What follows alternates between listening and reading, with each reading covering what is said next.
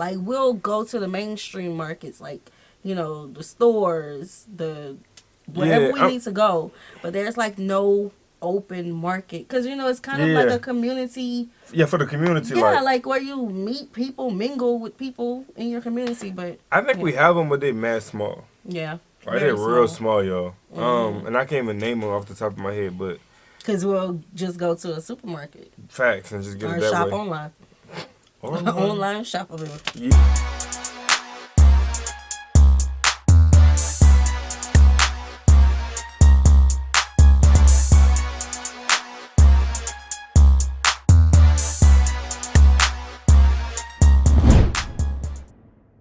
What's good, y'all? It's the Demouchet REACT, and we're back with another video. Who we got today, C? Today we're back with another American reaction. Super excited about this video, guys. If you're new to us and we're new to you, make sure you scroll down, hit that subscribe button, and turn on the post notification bell because we're on the road to 100K. And we cannot get there without you guys, all right? Join the family. Without further ado, let's get into the video.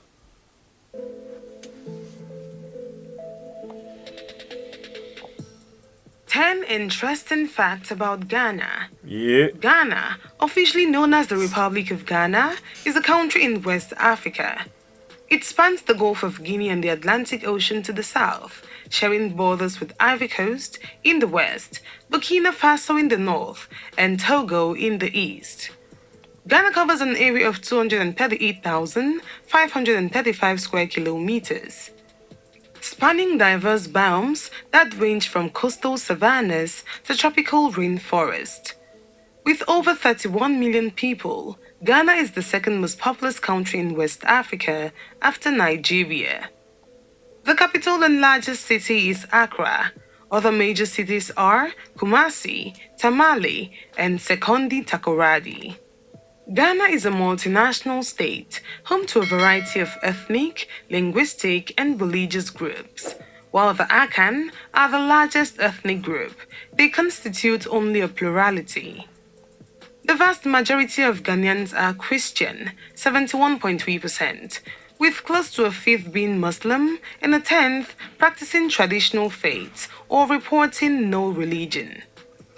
Ghana is a unitary constitutional democracy led by a president who is both head of state and head of government. Since 1993, it has maintained one of the freest and most stable governments on the continent and performs relatively well in metrics of healthcare, economic growth, and human development. Ghana consequently enjoys significant influence in West Africa and is highly integrated in international affairs, being a member of the Non-Aligned Movement, the African Union, the Economic Community of West African States, the Group of 24, and the Commonwealth of Nations.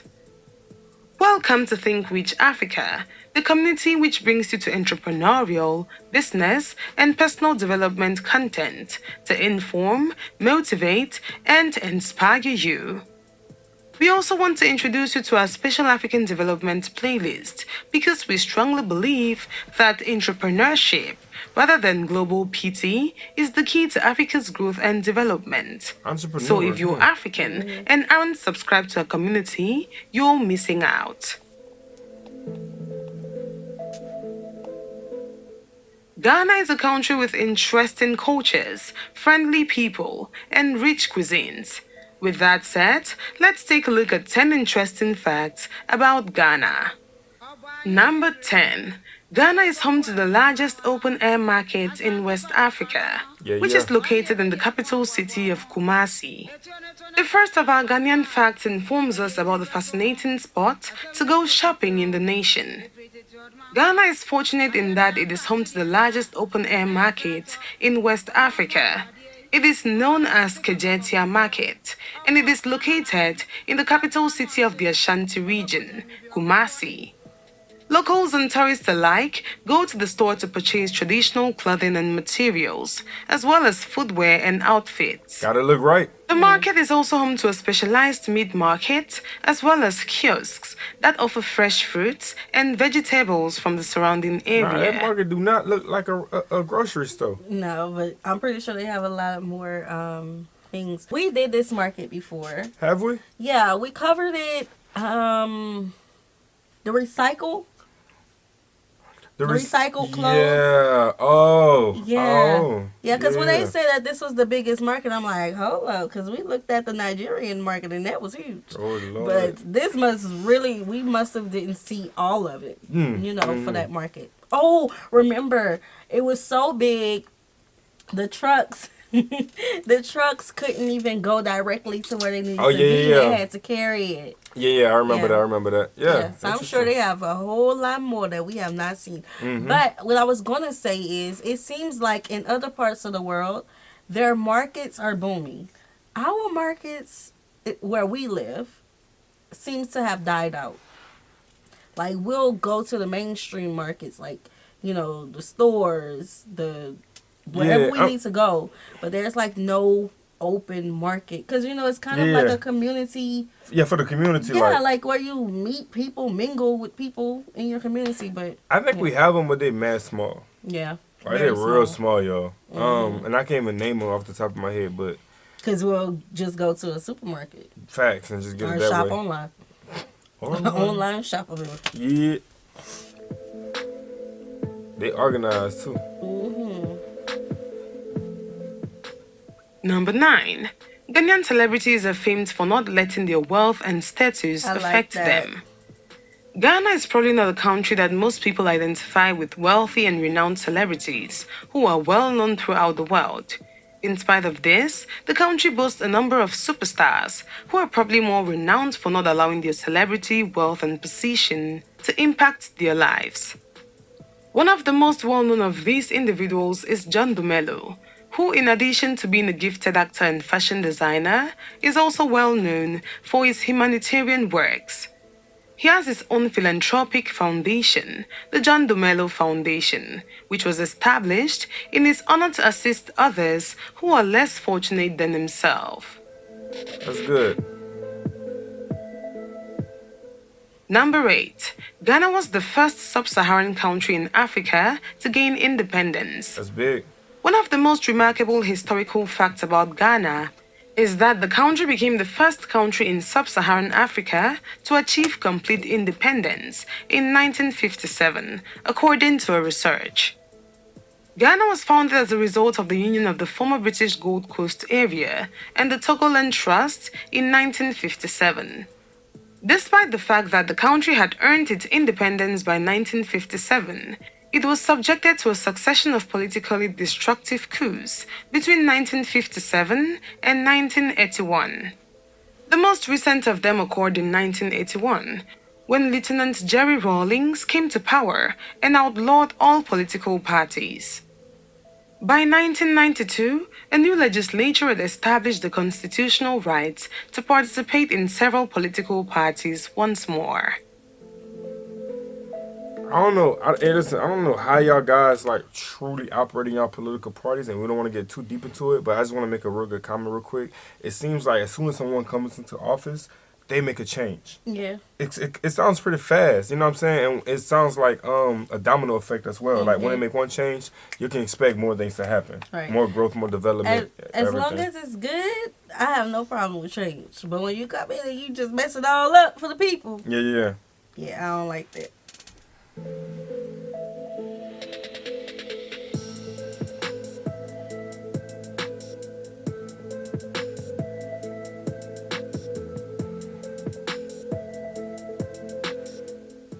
Number 7. The cedi, Ghana's national currency, is actually a shell.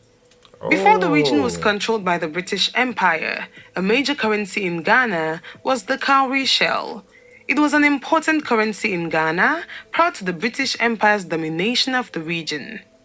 The shells, which were native to the Indian Ocean, arrived in the area in the 14th century. Arab traders transported them. Cowries were still used as cash as late as 1901. Cedi is the Akan term for cowrie. When Ghana transitioned away from the Ghanaian pound, this was the name chosen for the new currency. A cowrie shell was shown on a few early coins. BOG, Bank of Ghana. Interesting though. The shell. Yes, definitely. What I love is, remember we watched the debate and we saw the students from Ghana and how they were so passionate about to get their independence, and now seeing what they did after getting their independence. I love how they brought it back to themselves. Yeah. They got rid of the colonial period and they got back to themselves. I love that. Number 6. Lake Volta, located in Ghana, is one of the world's largest man-made lakes. Lake Volta is a man-made lake in Ghana. The lake is constructed by the Akosombo Dam, which blocked the Volta River just south of Agena. Construction began in 1961 and finished in 1965. It has a storage capacity of 124 million acre-feet. It is approximately 250 miles long and occupies 3,283 square miles, or 3.6% of Ghana's land area. The lake's formation necessitated the flooding of 15,000 dwellings and 740 communities, as well as the relocation of 78,000 inhabitants. The lake is navigable and serves as a low-cost connection between Ghana's northern savanna and the coast. The Akosombo Dam's hydroelectric power plant has a producing capacity of 912 megawatts of energy, which is used by the aluminium smelter located at the port of Tema on the Gulf of Guinea, and also serves the majority of Ghana's other electrical demands.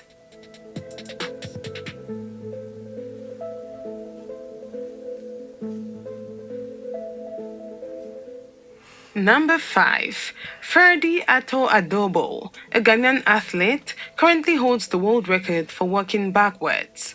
I've heard of him. This one of our interesting Ghana facts concerns athletics. Although it's not recognized as an Olympic sport when it comes to running backwards in a 100 meters dash, Ghana's Ferdi Adobo is the fastest human alive. Oh, alive. I didn't even know this was a sport. Exactly. I've seen power walk, right? But they don't run, but they walking as fast as they could. I'm talking about hips moving left to right. But this is different. I don't think we even had that. In a straight line? In a straight line? Baby, I would end up going diagonal. Man, I would have fell on my butt, rolled over my head, got back on my feet, and did it some more. Why did I just finish it? Come on, man. That's talent. Ferdi Ato Adobo set a world record by running 100 meters backwards in 12.7 seconds on July 25, 1991, at the Smith College, Northampton, Massachusetts, USA. The record was equaled by Roland Wegner in 2007, but Adobo is still a record holder, as he also holds the same title for running backwards over a distance of 100 yards. Oh my G. This feat he managed in 12.7 seconds. Look easy, right? We'll catch y'all out there doing it though. See how y'all get it done. Hey, he pushing too. Number 4. Ghana is home to sub-Saharan Africa's oldest European built castle. Built by the Portuguese in 1482, Elmina Castle is the oldest European building still in existence in sub-Saharan Africa. The castle was later controlled by the Dutch and then the British, before finally being handed over to the people of Ghana when Britain granted the Ghanaians their independence in 1957.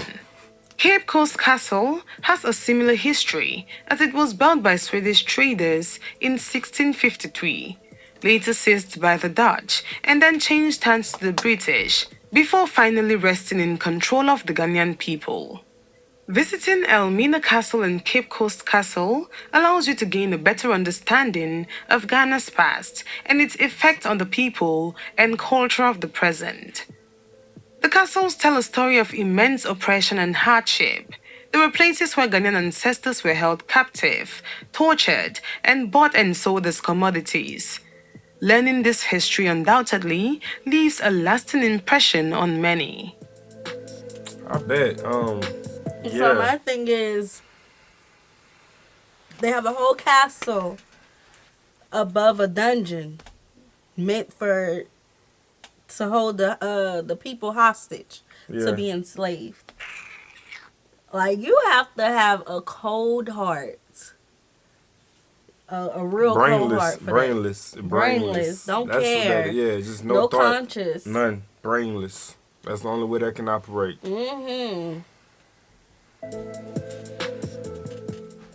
Number 3. The country is the world's 7th largest producer of gold. Ghana is Africa's largest gold producer, 7th largest worldwide, and more ounces per kilometer than Nevada. Ghana produced approximately 5 million ounces of gold in 2020, surpassing South Africa's 2020 production of 4.2 million ounces.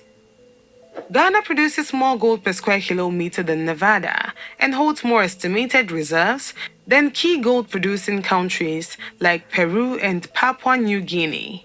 Southern Ghana has been considered one of the world's most prolific regions for gold discoveries for some time. So I personally would like for you guys to go in our request form and put in there a location or a video where we can see how the gold is being operated, like the jewels that you guys do carry that y'all sell, just the luxury behind it, the worth, the value. I would like to see deep into it because you always hear how Africa in general is like land to gold and diamonds and riches, right? Resources. It's just so much. So I would like to see that in a video format for us, Yes, because even when we're watching like the dances and the weddings, they always have, gold. And it's just so beautiful. Like, how y'all get your hands on that? Y'all just selling it in the store? So I want to, and I would like to know the prices, like how does it operate? Because I hear they just... Baby, it's behind the wall. A glass wall with security. Yeah, all that. With both gold producers and explorers enjoying success there.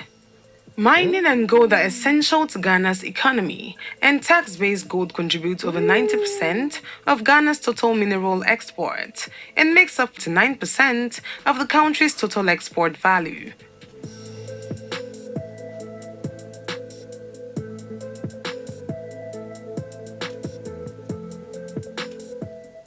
Number 2. Ghana produces a distinctive cloth known as kente. Yes, we all got to live with Kente that. comes from the word kenten, which means basket in the Asante dialect of the Akan language, referring to its basket-like pattern. Kente refers to a Ghanaian textile made of hand-woven cloth, strips of silk, and cotton. Historically, the fabric was worn on a toga-like fashion by royalty among ethnic groups, such as the Ashanti and Ewe. It is also worn by queens, princesses, and women of Dagbon. And it looks heavy. In modern-day Ghana, the wearing of kente cloth has become widespread to commemorate special occasions with highly sought-after kente brands led by master weavers. Due to the popularity of the kente cloth patterns, kente print, which is a mass-produced version, is popular through the West. Wow. Globally, the print is used in the design of academic stoles in graduation ceremonies. Interesting to see how they get it done. Interesting. I've never seen that style before. We got the little... Right. The sewing machine. So what's interesting is anytime we want to, have an African theme, anything, the cloth that we always really get is the kente cloth. Yeah. And so we contribute that cloth with, this is African print. And a lot of times in our HBCUs, like they just mentioned, not even just our HBCUs, like when you graduate and you're a part of like NCAACP. Yeah, what? NAACP.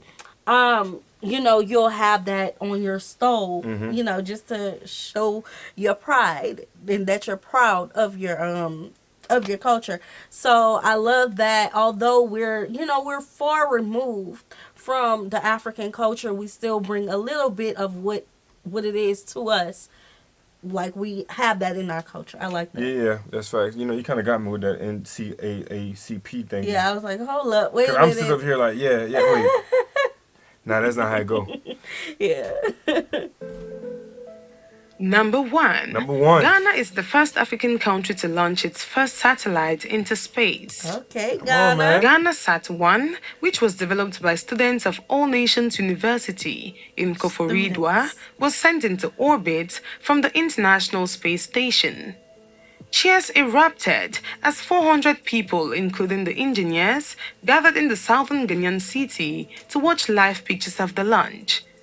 The first signal was received shortly afterwards. It is the culmination of a 2-year project costing $500,000 or £400,000. Look at this satellite. That's nice. Because he held on to the box in his hand. Right? And then you got the dish that we use for our dish cable and stuff that we put on our ceiling. Way bigger than that. Right. Come on, but they still using the same blueprint, look like. And then you have your, what they put that stuff, the solar panels? The solar panels that you got on your ceilings that you got right there. Yeah, but way bigger. But way bigger. Space. But it's just the idea that everything that we use, they piece it together to use it for another reason, for another creation almost, you know? Interesting. And he had some cameras on it and stuff. It received support from the Japan Aerospace Exploration Agency, JAXA. The satellite will be used to monitor Ghana's coastline for mapping purposes and to build capacity in space science and technology. That's weird. These were just a few of the many facts we gathered about Ghana. Ghana is a country of rich history and fun facts.